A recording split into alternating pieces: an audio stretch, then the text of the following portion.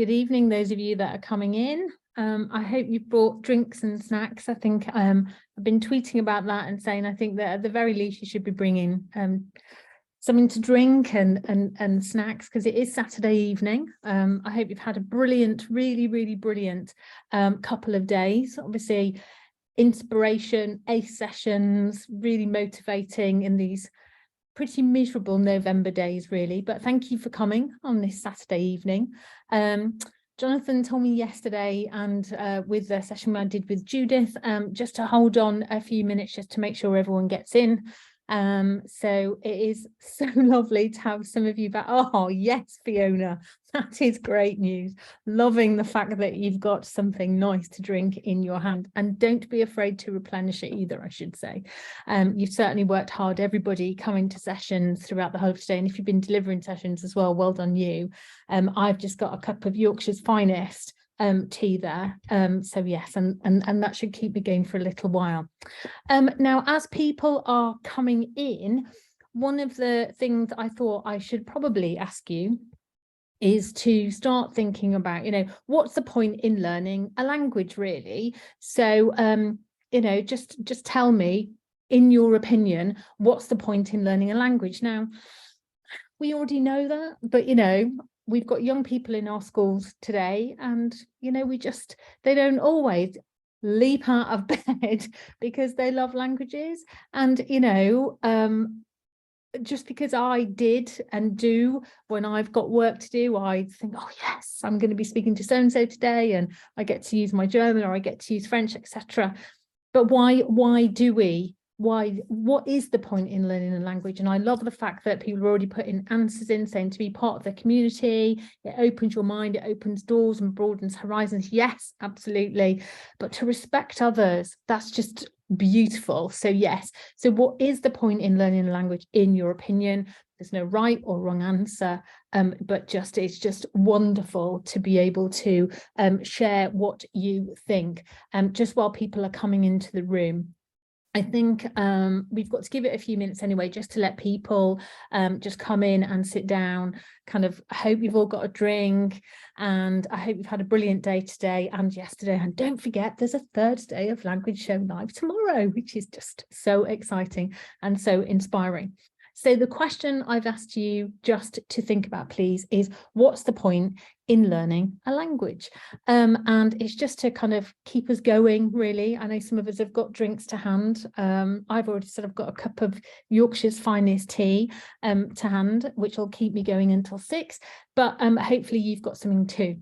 The reason why I want us to be clear on what's the point in learning a language is because we know it, we do it, we're often kind of experts, dare we say it, in language. And I think sometimes it would just be really nice if we kind of collate this as a community, because we say it all the time, and it's this time of year, perhaps if you've got those year 8, year 9 options evenings, or perhaps you don't even, you're not even thinking about options yet, but it's quite nice to have, dare I say it, an arsenal of perhaps phrases that we want to use.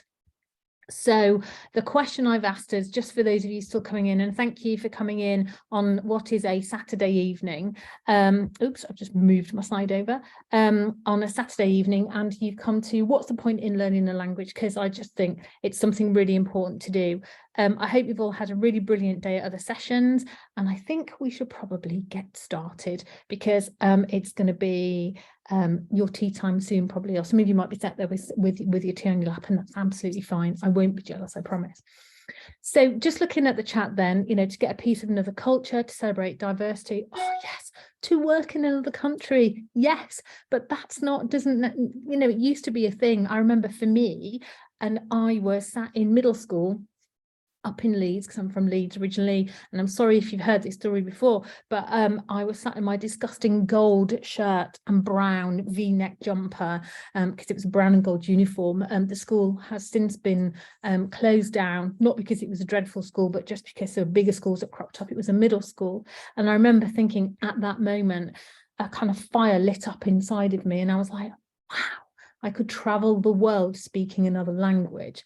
Well, yes, we could travel the world speaking another language, but actually with the advent of the internet now, the creation of this incredible thing of which I am sat in my house in Bristol, and you are wherever you are in the world, listening to this or watching this on, whether it's live or whether it's the record. But, you don't have to work necessarily in that country, as Annette has said, but actually it's working with people in that country, because obviously with the use of technology that we have now, I'm not going to talk a lot about technology because I'm not super knowledgeable like Esmeralda, Joe and Jerome and various others. But, we do need to learn a language so we can communicate with our neighbours. So without further ado, I will crack on, and thank you all for coming and thank you all for sharing. The first question then I kind of want you to have just in the back of your mind to share in the chat, and you don't have to talk about it, you don't have to share your answer right now, is what do you think is the greatest invention that humans have ever created? Now I've got my answer. I know it, but because I planned this, obviously, but for you, I just want to give you a little bit of thinking time. So what's the greatest invention that humans have created in your opinion? And again, there's no right or wrong answer, and you're going to be brilliant and not necessarily say that somebody's answer is better than another's or it's not right, etc. So who am I then? If you don't know me already, I do Linguascope webinars every Tuesday, and it's an absolute privilege to be back at the Language Show Live this year. I spoke last year with with the British Council, the lovely Cameron Davies, and we did a session for ECTs, and it is an absolute joy to have done a session yesterday with Dr. Judith Reifeser on grammar adventures using authentic resources. And thank you to those of you that have come today. I wrote that book. I had an amazing opportunity to write that book. It did okay. Some of you have liked it and enjoyed it and bought it. And if you are interested in purchasing it, please don't feel you have to, but there is a discount code in the top right-hand corner. If you're a teacher, if you're an ECT, you get 30% off with the code in the bottom right-hand corner.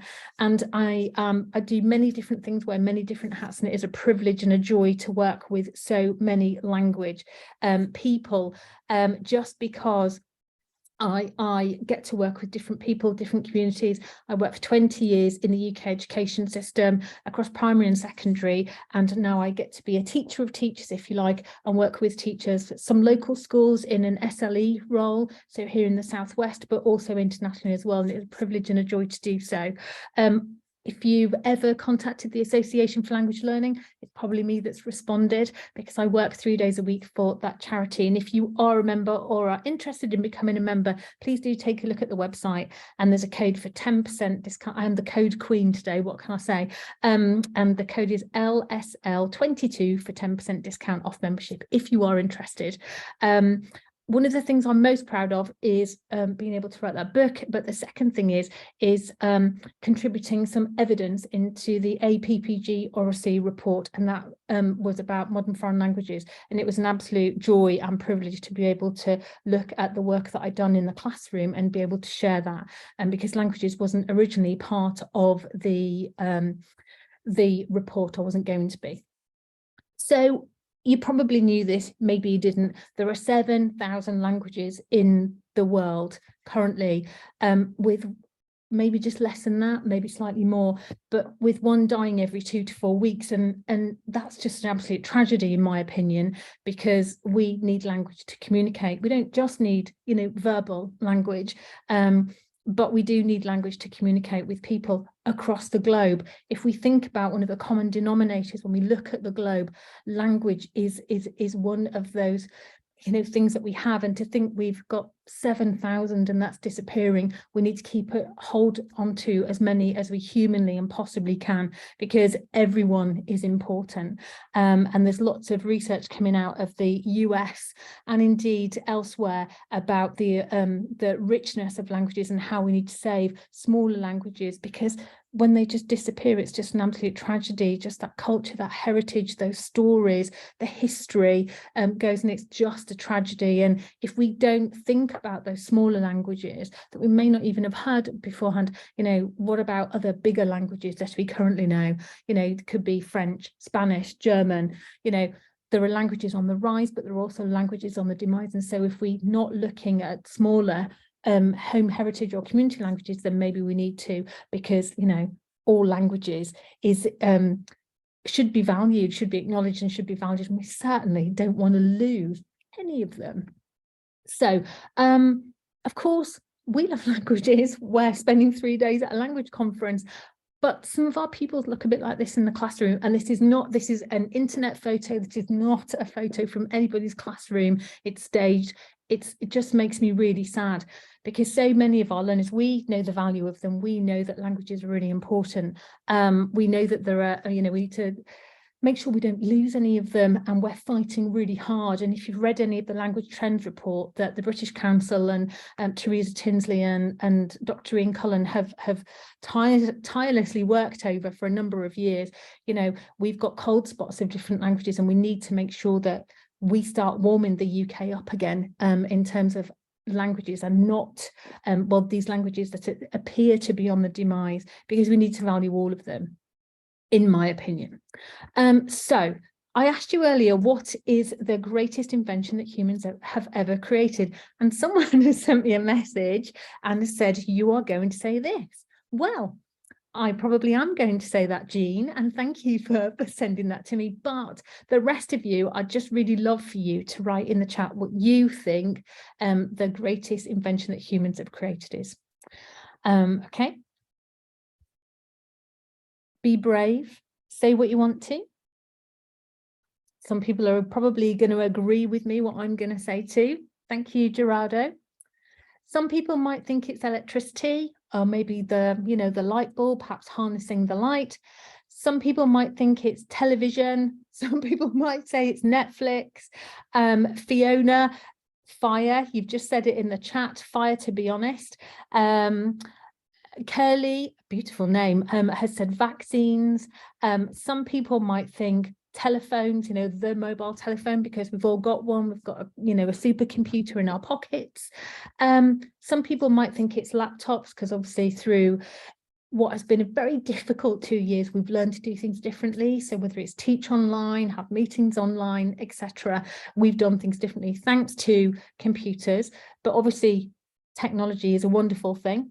You might also be thinking medicine, so we've had vaccines. Nicholas has put in the chat, Google Translate. Not, I agree, absolutely not. You might think the NHS and healthcare, you know, that's the greatest human invention.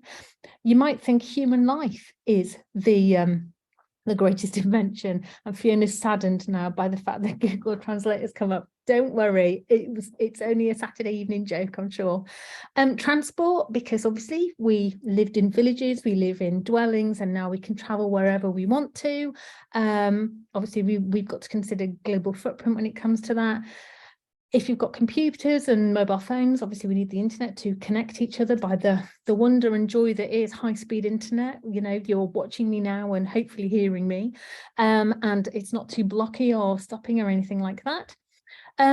Some people, and I can't see it in the chat anywhere, but I did this once and somebody said, me, I think I'm one of the greatest human inventions, because, you know, and you kind of think, oh, well, you might say that as in yourself, because you are important, you matter, and don't ever forget that as teachers, as human beings, as parents, as brothers, sisters, siblings. Some of you might be grandparents, you know, you might not have your own children like me, and you might just have like a furry family. You know, you are the person who feeds and walks and cuddles your pet. So, you know, you are important, and you might think that you are the greatest invention, but don't ever forget your value and your worth.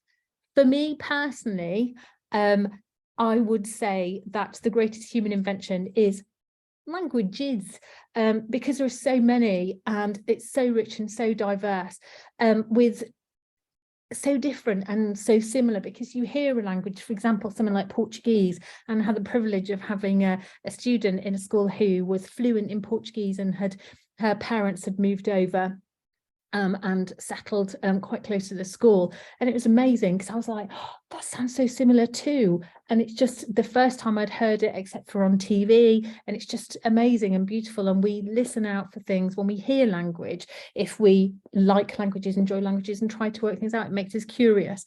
So to try and find similarities, or maybe it's just me being a bit nosy, I don't know, but languages take us on a journey from our reality across the globe, and certainly the last few years has been a real challenge, a real challenge, hasn't it really? So it's just really quite nice to be able to communicate in languages different to perhaps that of our native tongue, with people from across the globe, perhaps one day, or indeed, you know, beyond. If languages are the greatest invention, why are so many learners not engaging with them in school? And that's, you know, a multi-million-dollar question that, you know, no one's got a silver bullet and an answer for this really. You could say, is it because, you know, the curriculum's dry? Is it because the exams? Is it because of severe grading? Why is it? And, you know, let's have a little look at that, because if our young people don't know how languages can help them later in life, if they don't understand that, and certainly politically, the United Kingdom has put itself in my opinion, a very difficult position moving forward, because actually we are a very small little island and we need to be able to communicate with our neighbours. We don't seem to be able to do that especially well. And what is the United Kingdom currently looking like it's going to kind of break down a bit further as a result of the political decisions perhaps from the last few years. But our young people perhaps need to know that languages, we used to always get told that languages help you get a job, get you into a good red brick university, makes them stand out against others in competition, you know, because you've got a language, because it's more academic.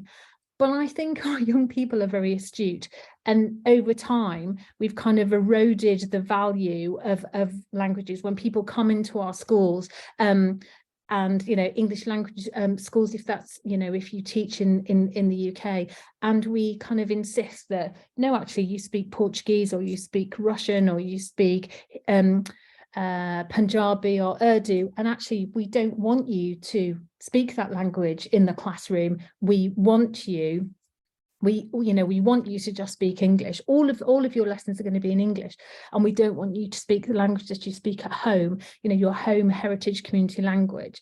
And my grandmother actually moved over here in the late 1940s, and when she came here, she believed that she had to only speak English. So I actually grew up with my father not and us not being able to speak Chinese, which is an absolute travesty now, really, when I think about it, because she should have been sharing that with us. She shared us the stories of a culture, how life was, showed us some photographs, etc., and things that she brought across with her when she moved to the United Kingdom and married my English grandfather, but didn't ever give us the language. And I just think that's heartbreaking. I mean, it's just so sad that we should only communicate in English, because English isn't the only language. There's 6,999 others, certainly.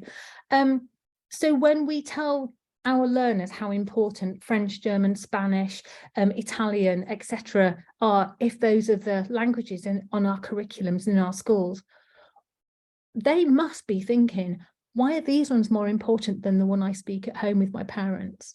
Why is it more important than Arabic? Why is it more important than Russian? Because actually Arabic is a bigger language, or Chinese is a bigger language. So, you know, why is this language more important? You know, French, German, Spanish, whichever is on your curriculum. And that's something for us to consider.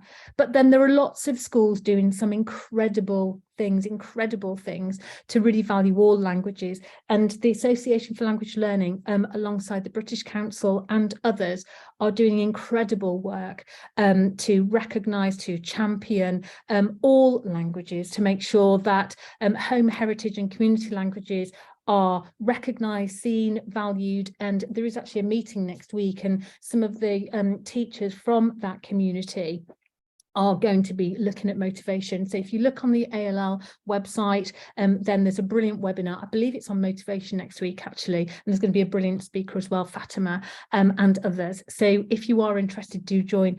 But there's also lots of work. The British Council, for example, are doing lots of work. And if your languages are very Eurocentric, let's say, then do have a look on their website, because there is a move to kind of think about, well, you know, why don't you do Arabic in your school? And it might well be, well, actually, I'm not a proficient speaker. I don't know sufficient Arabic. But do have a look, do have a think. They do incredible meetings and training courses, support there for teachers to consider looking at a language such as Arabic. There's also the Chinese, the Mandarin Excellence Program as well, that you might be very interested in, just considering introducing this into your school, especially if your cohort of children in your community do speak these languages already. But actually, if they don't, these are massive languages across the globe, aren't they? And actually are different to English, so quite nice. So I think if we learn to value all languages, and in our school community, if we value them all, we have respect for those languages, we make sure that we acknowledge that they exist. We don't just say, well, you're coming in through the school gate, you have to stop now, and realizing that there are similarities and differences, then we're learning to have respect for each other's language, and not saying that this language, English, because you're in an English medium school, is more important. Actually, this is really interesting. And I've been in situations where I've been in schools in, I don't know, in Mongolia, or and someone's asked me, why is this word in English this? And I was like, well, what is it in Mongolian? You know, and they tell me, and I'm like, okay, and there's China on that side. So what is it in Chinese? Because you speak Chinese. And they tell me, and we try to look for commonality, and we look and explore languages, break it down, and it's just really quite interesting and quite nice. I think if we do this and empower learners and ask our learners to share rather than just shut them down sometimes, which is not what all of us do, but some people do, and I've seen it myself, it's just quite sad, really. I think we can't champion 3 or 4, those big 3, French, German, Spanish, Italian, Russian, Chinese, without accepting other languages as well in our community. And you can get that information and data that comes in through your school, just finding out what home and heritage languages are. And then you really get to know your learners, and you can have a conversation with them, have a look at how they can contribute maybe at certain times. And some might like it, some might not. You could also then link with families, etc., to talk to them about what they think of, maybe what they could value or bring to the school to enrich the school. And again, there's some incredible schools doing incredible work on just valuing all languages, rather than just have, whether they're spoken by millions or just a small community or thousands of people in your local area or just a few. And I think that's really important, because all languages matter. And I think if we communicate this, then we're helping to drive the point that languages are important, because all languages are, not just the one that we do the tests in, or just the ones on our curriculum. And actually knowing another language can help you to access this language as well, even if it's different, because language learning skills are language learning skills, which is why we have, for those of you in primary, you obviously know you can have a modern language, foreign language, or you can have an ancient language. And actually there are language learning skills that we have, which we can learn and help us, whether it's Japanese or whether it's ancient Greek. It's not the vocabulary necessarily and the grammar that we need to know, but those language learning skills. So how to learn vocabulary, how to look at sentence structure, etc., how to form a question. All of these things can be used throughout a language. And we all know, for those students, when we've had the privilege of teaching dual or trilinguists, they pick up that second and third language very quickly, because they've learned how to learn a language the first time, which is why it's harder. And this is a transferable skill that's in the Key Stage 2 framework. So if you're not familiar with that, please do take a look, because there's some really brilliant stuff in there. And our primary colleagues are doing some brilliant work in the community. So all languages matter, and we don't want to pit languages against each other, making some more important than others, because respect is everything, isn't it? We need to instill a respect for language and languages as more than a thing that we do in school, just, you know, to the end of year 9, because it's got to be more than that. So we've got to celebrate languages, acknowledge languages. And there's a school, I've said this many times, I'll say it again, there's a school not too far away from me here in Bristol, and it's incredible, celebrating. When you go into that school, I mean, it literally took my breath away, because you go into this, what is a very challenging part of Bristol. And there may be a school exactly like this in your community too, in which case let's celebrate it and let's raise it up, because it should be celebrated, where they find out the cohort of children, so the home heritage languages, the destinations where families have perhaps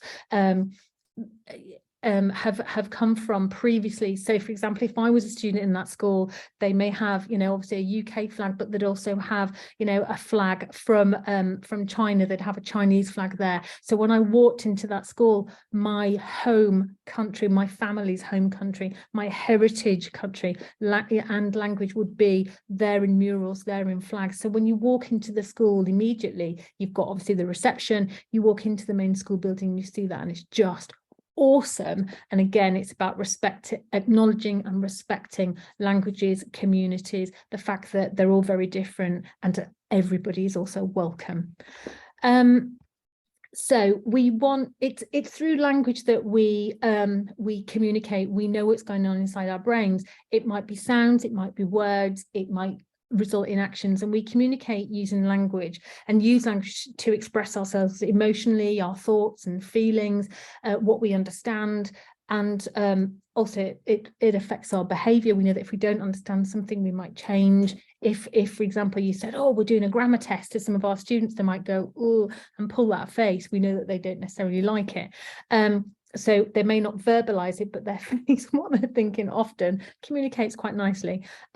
We also show and experience the world through our senses, and use these to communicate using language. Of course, when we express that, well, we can express ourselves through song, music, art, and movement. It doesn't just have to be verbal, but it all leads to communication. And someone somewhere tries to always translate it and tries to understand what's going on, and we just want that awe and wonder when it comes to language, don't really want something to take our breath away, like in this image here.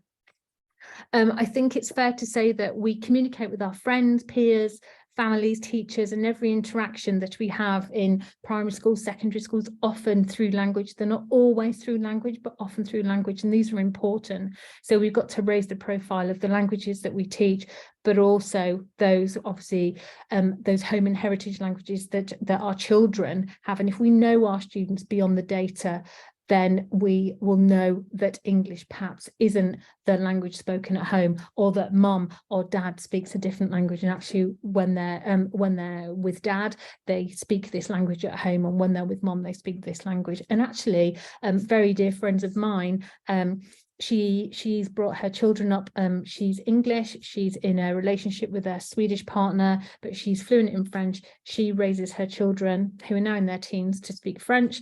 They have English at school, but also with their dad, and they live in the same household. The children are very proficient also at Swedish, and they just want their children to be trilingual and to be able to communicate quite freely, which is just amazing. And the friend of mine says, you know, this is really embarrassing. I started learning Swedish 5 years or so before we even had the children, and the children are far better at it than me, but they just see a reason for it. They know they want to do it, and actually one of the things they love is they can have a conversation with their grandparents and with their dad, and their mum doesn't understand.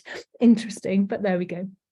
So if we share with learners the positives of learning a language, by sharing our adventures as well, when we were overseas, they see value in it. We share what happens, you know, in a situation where we couldn't actually speak perfectly fluently, but actually we made ourselves known.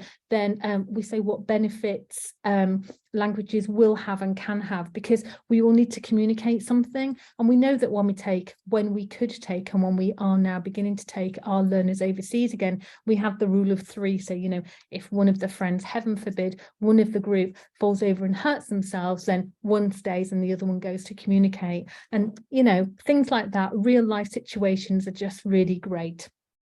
Really, really great. And it's just value. We want our students to look like this, to see reason, to be excited, to have joy, to have awe and wonder when it comes to language. And it's not just necessarily learning from a textbook, learning from an online platform. Yes, we have to do that, of course we do, but we want them to look like this. We want them to be excited and to be able to use language in lots of different ways. Obviously, this quote here kind of says it all for me, you know, the wonder that is Mr. Nelson Mandela. If you can talk to a man in a language you understand, it goes to his head. And if you talk to him in his language, then it goes to his heart.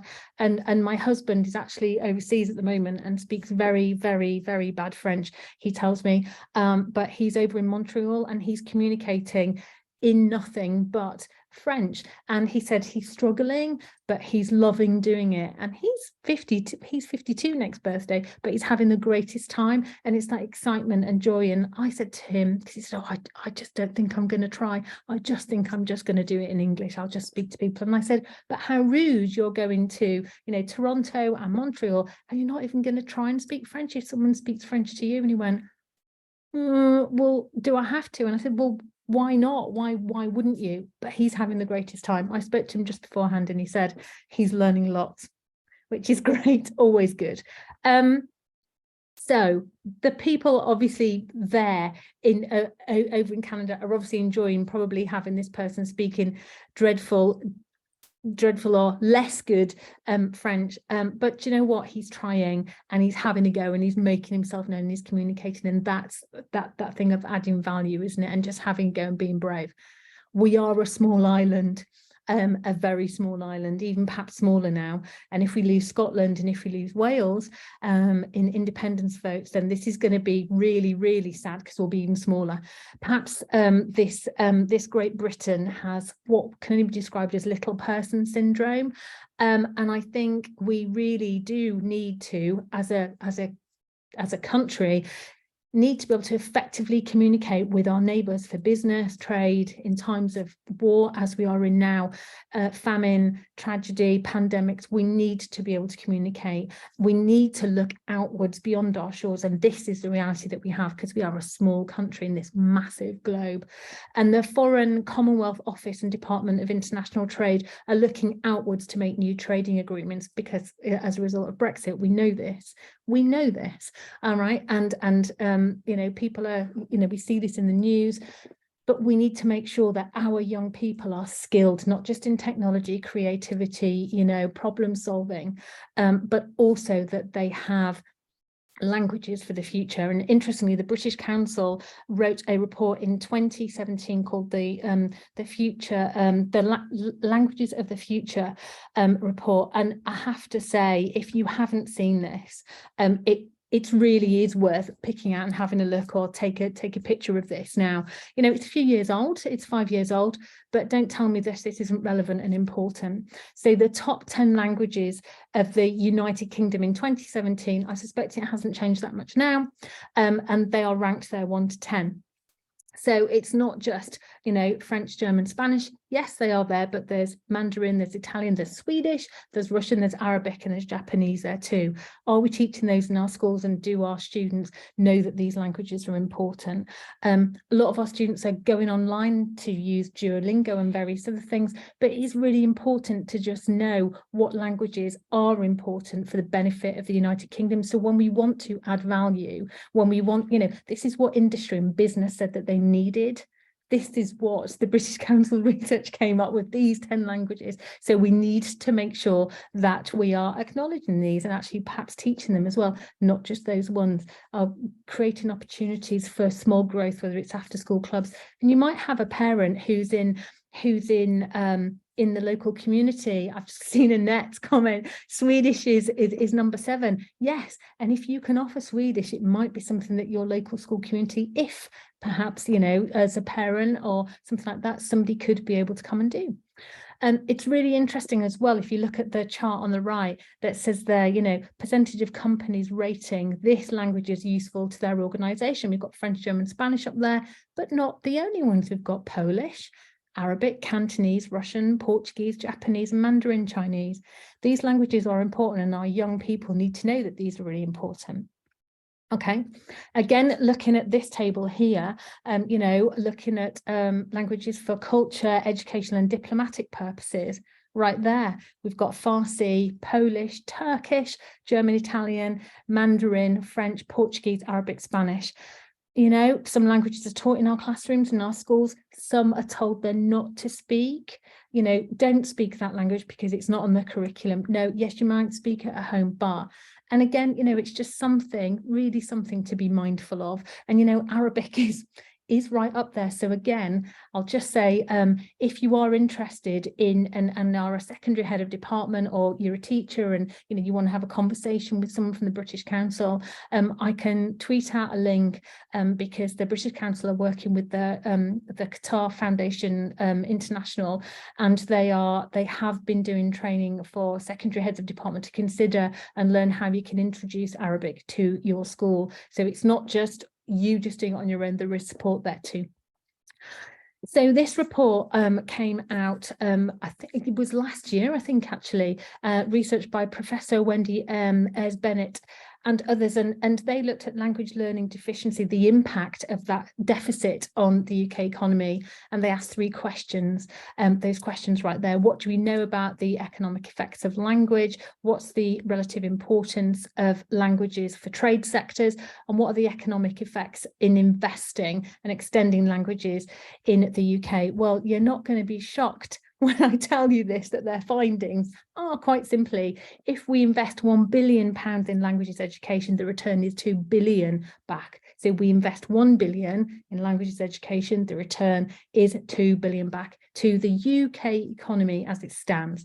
So perhaps, no disrespect if people are here in the audience, but if there's someone here from the DFE or knows any associated ministers, perhaps if we push this research underneath their nose and invest in languages education, then this would be a good thing. So language learning is a good thing. It's good for our economy. And certainly at the moment, it's not in the greatest position, is it? So it can only be a good thing. We should value languages and make sure that they're accessible and available to all of our learners, not just the bright ones, not just the ones in private schools, but every single learner across the school, because, you know, it's really important. Now, the British Academy have done quite a bit of work and have published a couple of documents recently, but in 2020, they looked at They looked at the state of languages, and they published a document called Towards a National Strategy. And all of these links are at the end of the presentation. I can send them to you if you're interested on reading a bit further, or you want to talk to your SLT about it, or to whoever will listen. But they basically looked at their report findings were that, and the report was called Towards a National Strategy, published in 2020, so a couple of years ago, just as the pandemic was hitting, that languages are strategically vital for the United Kingdom, for the future of the United Kingdom. And obviously we know this, but in their report, they've got overwhelming evidence of an inadequate, long-standing and worsening supply of language skills needed by the UK, you know, to meet future needs. And in a post-pandemic world in which we find ourselves in, and a post-Brexit one, let's be honest, we need all the help that we can get. Now, this, you may not have seen this beforehand, but this is Towards a National Strategy from the British Academy. There was also the Arts Humanities Research Council, ASCL, and British Council and Universities UK, who collaborated on this document. And what they said in 2020 was these were the short-term actions. So they said, this is what's going to happen in the next 12 months. And if we just look down these short-term actions, I know we had a global pandemic, but they said, you know, these things need to happen. Let's actually have a look at what's happened. maybe number 2 has some work been achieved in that area, maybe. Evidently, I think it is always going to be an issue for languages. Severe grading is a thing, has been a thing, and continues, unfortunately, to be a thing. So when you look at whole school variation and you look at what your young people are achieving at Key Stage 4 or Key Stage 5, and look at what they're achieving across all of that band, you will see that it's different, 1 grades, 2 grades. And I've had friends this summer whose children have had A-level results and GCSE results. And of course, their language results are very different. 2 grades, you know, a whole heap of 9s. And then we've got, you know, 7 for languages. And it's just heartbreaking, especially when it's something that they love. Now, obviously, number 5 is maybe, I can see some of you are obviously putting comments in there about obviously Erasmus Plus. That is not a thing anymore, but obviously there's touring funding, and if you're not aware of funding from the touring projects, then you definitely need to find that out. And again, I can tweet out some links to make sure. So when we look at the short-term action plans, we don't have very much there, but actually, you know, in terms of what we've achieved, we've maybe achieved something for the staff and student mobility. And 2 years since, it's been 2 years since the report's publication. So these medium and long-term plans, looking at these, we haven't really done anything on these 9 actions. And we can't blame a global pandemic. We can't blame it. These are the things that have been highlighted by these 5 organisations as being vital. And this is to create homegrown linguists as well, who can sustain, you know, teaching, for example, the teaching of languages, but also business in the United Kingdom, working with its neighbours. And, you know, it's not good. Culture. If we want to talk about how we want to weave in a bit of excitement, a bit of joy, let's look at culture. I personally believe you cannot separate languages and culture. They are intertwined. And John McWhirter in 2016 did a brilliant TED talk called 4 Reasons to Learn a Language. And within that, he talks about if you want to become part of a culture, a new culture, you learn the language, you understand that, and you're not perfect at it, but you slowly start to build and develop that language. And then you can engage on a deeper level if you know the language. But within that culture, you start to achieve more, understand more, enjoy it more.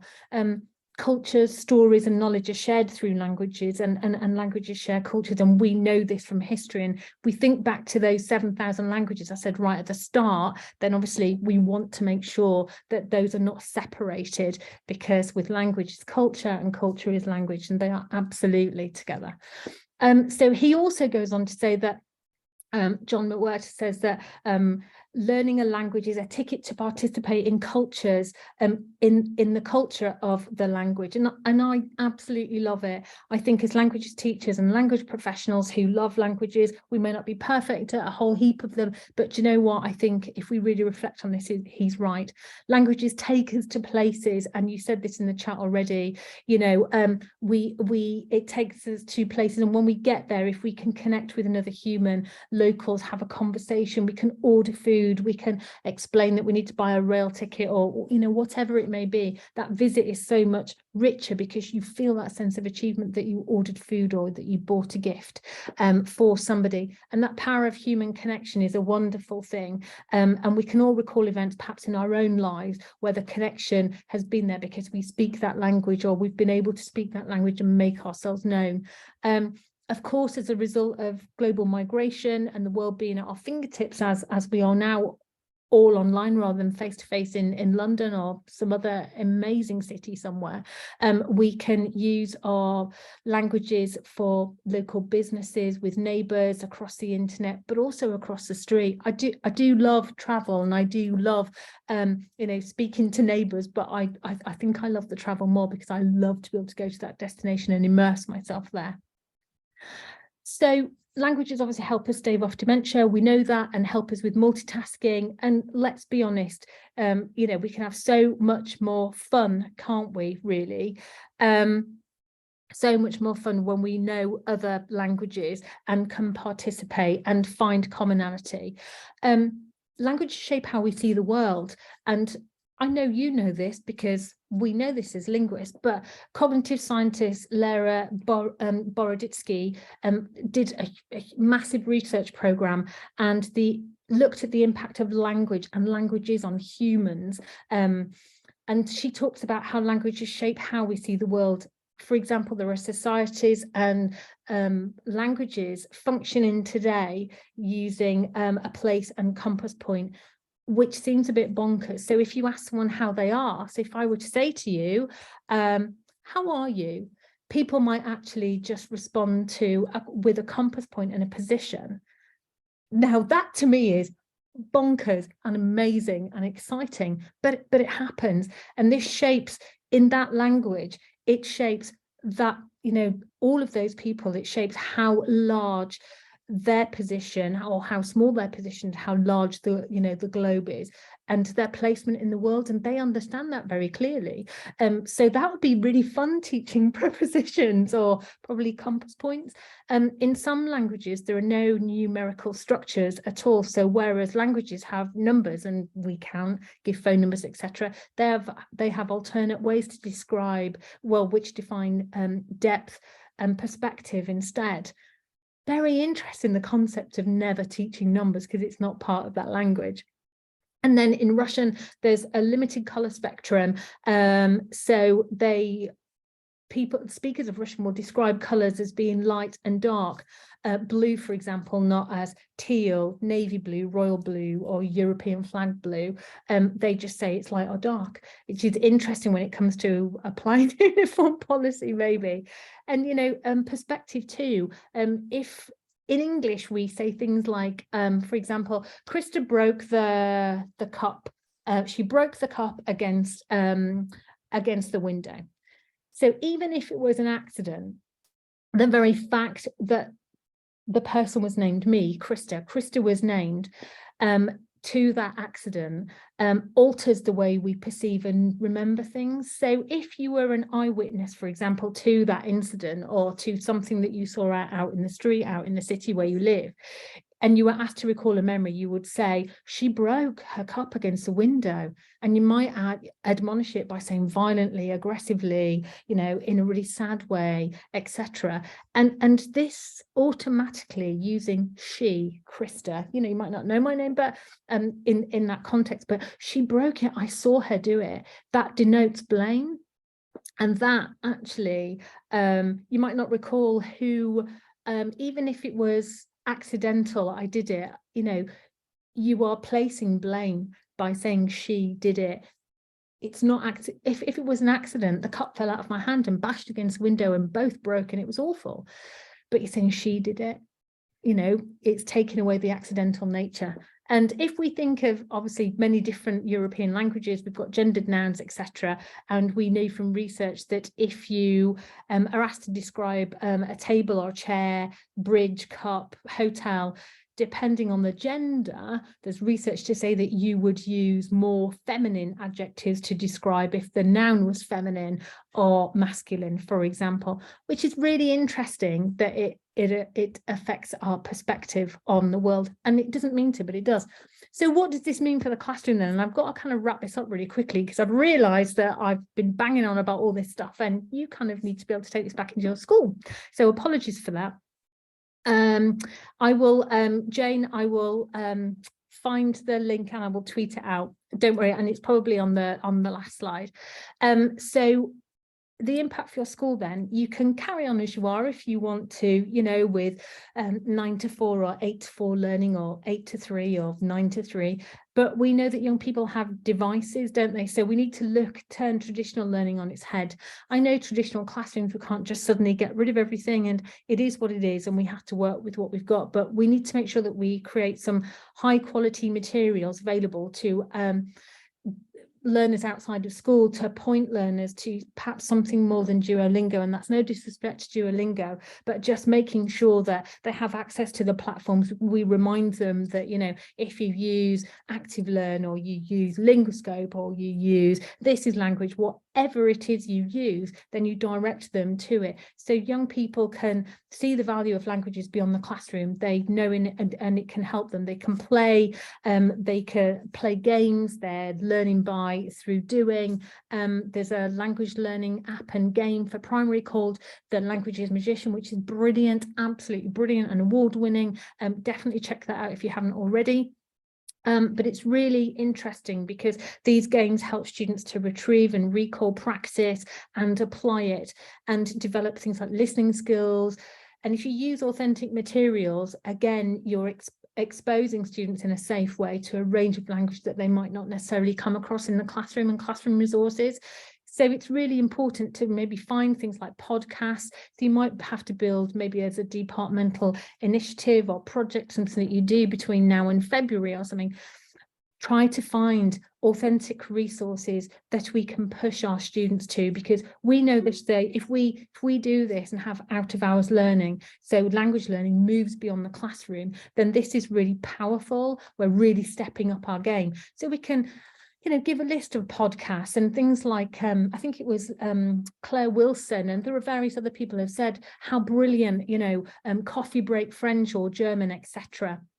You know, find YouTube videos, but check them first. Get them to find YouTube videos as well. Find me a video on such and such. You know, what is it you want to learn more of? You know, is it something about a film? Is it a text? Is it a point in time? Something like that. And get students to find it. You check them first before you publish them on the school website, and just direct people to out of hours learning. So when they've got their mobile phones, whether it's a book, graphic novel, something online, they're learning, they're thinking about language. And it doesn't just have to be the languages they're doing in school. There are students who I know who've gone on to learn Japanese. I taught them German. They've gone on to learn Japanese because they were just really interested in the way it sounded. They loved the way that they built German, and then they moved on and loved Japanese because it was so very different, which is really interesting, because he's living out there now and having the time of his life. Books and graphic novels, obviously Book Creator, they can create their own books. You can create your own book too with a free account, just to kind of host all this information, just to direct learners and make sure that we're acknowledging a range of languages, you know, value home languages as well as, you know, the languages that we teach in school, and make sure that all languages feel welcome in your department and school as well, and not just, you know, prioritize one over the other. So if you have a diverse range of languages and you might have 30 languages in your school, don't just focus on the Eurocentric ones. Maybe share newspaper articles, events, national days and celebrations, and there are various schools that do that.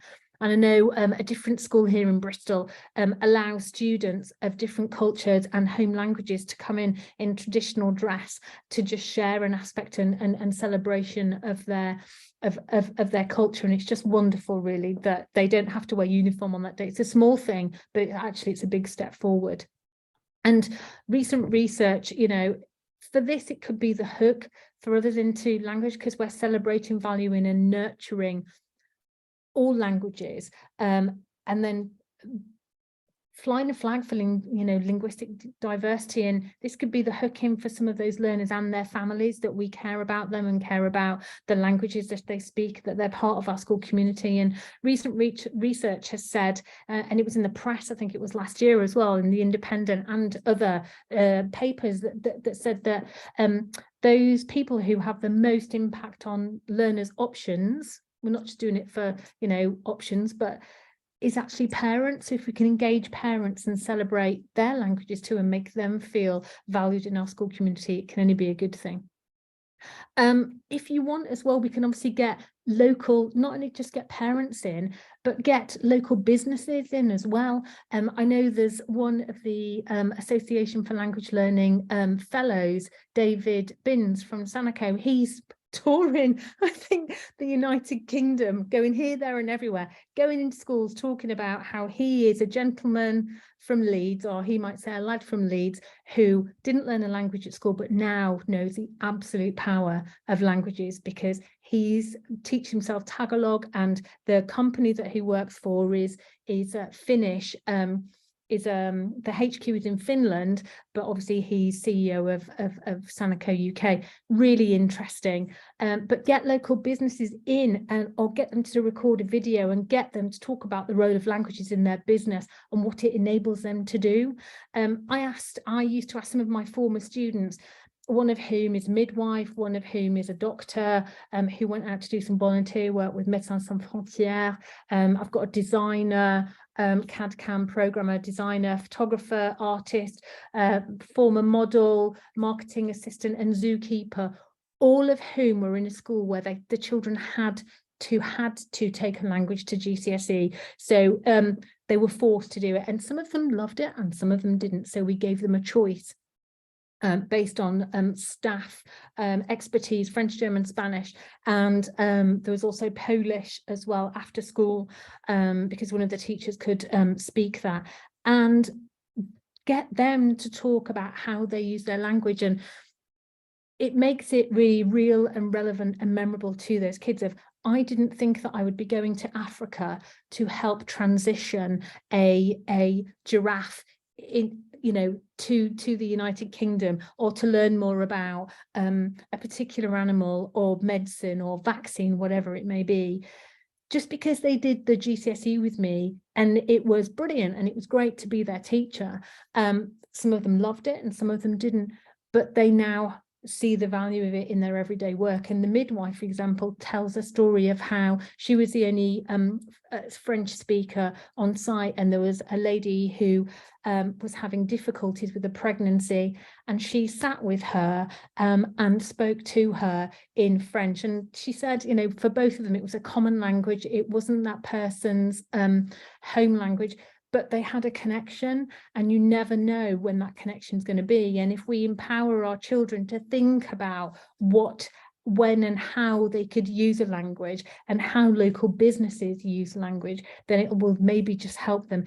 If you can't get the kids in, your former students in school, and we're all busy, ask them, email them to just record a 2-minute, 3-minute little video.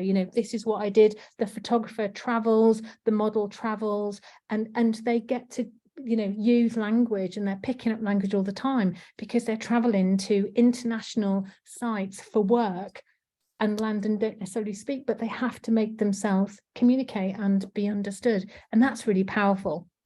Now, we've got to make sure whatever we do that we include a diverse range of cultures. So it's not just Eurocentric ones. So the children in front of us in our classrooms, in our school community, are represented, and we need to be really, really clear on that so that they can see themselves and draw parallels.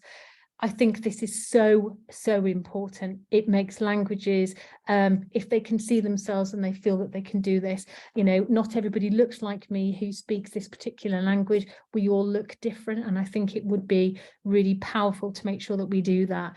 I can talk about this for a long time, and I probably shouldn't, because it's after 6 o'clock now, so I'm really sorry.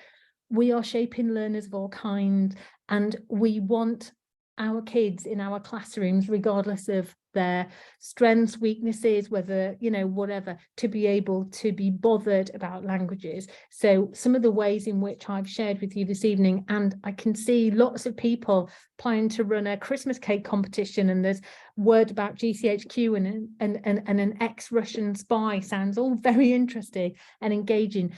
And if we can find some of these hooks in, and we may be able to find these in our school community, some of our TAs, some of our parents may well be able to just inspire learners to realise that languages isn't a process done to them, that it helps us with communication. It helps us to understand who we are and our place in the world, and realise that we're not just confined here. We can travel anywhere, whether it's through the power of a computer, through a digital device, or indeed actually physically getting on transport and travelling. And I think that's so important, because we want them to be bothered about languages and see the point of learning a language. And if it's getting someone in from business, if it's getting an ex-student in, then brilliant. If it's getting an ex-spine, well, that sounds all very exciting too. Thank you so very much for coming to listen to me and sharing ideas too. And I'm really, really looking forward to reading the chat, because I can see it, comments going in there. Thank you to Language Show Live for having me. It's been an absolute joy. thank you to all the people that have done the research that I've been allowed to quote, and thank you for Lingoscope, obviously, for supporting Language Show Live. The further reading that I've got, and I can tweet this out, you know, there's some really powerful research there, some really interesting documents, of which I've scratched the surface of. There's so much more out there, but it is about empowering our young people to realize that they can change the world if they just know a language more so than their native tongue. And if we can do what that, you know, have faces like that lovely young man there, then that can only be a good thing. Thank you so very much. We could carry on talking about this all night. I'm going to stop sharing now, and hopefully you can probably all have a wonderful rest of your evening. I'll just have a quick look to see. Oh yeah, somebody's put some Jane O'Davies has said, name the researcher shaping. Oh yeah, there we go. I think Fiona's done it for me. Fiona, you're like my glamorous assistant. Thank you so very much, everybody. It's been an absolute joy to speak at Language Show Live, but I was supposed to finish at 6 o'clock, and I'm really sorry it's 1:15. If you want to get in touch with me about any aspect of this, or want me to share this presentation, you want to have a further discussion, then please don't hesitate but to just either contact me on Twitter. I'm at Krista Hazel, and it'll be an absolute joy to connect with you. But thank you so much for coming. It is 6:15 on Saturday evening. Please go and enjoy your Saturday evening. Thank you so very much, everyone, for coming. You are superstars, and I hope you've enjoyed your snacks. You probably need to fill up now. Take care, everyone. Bye.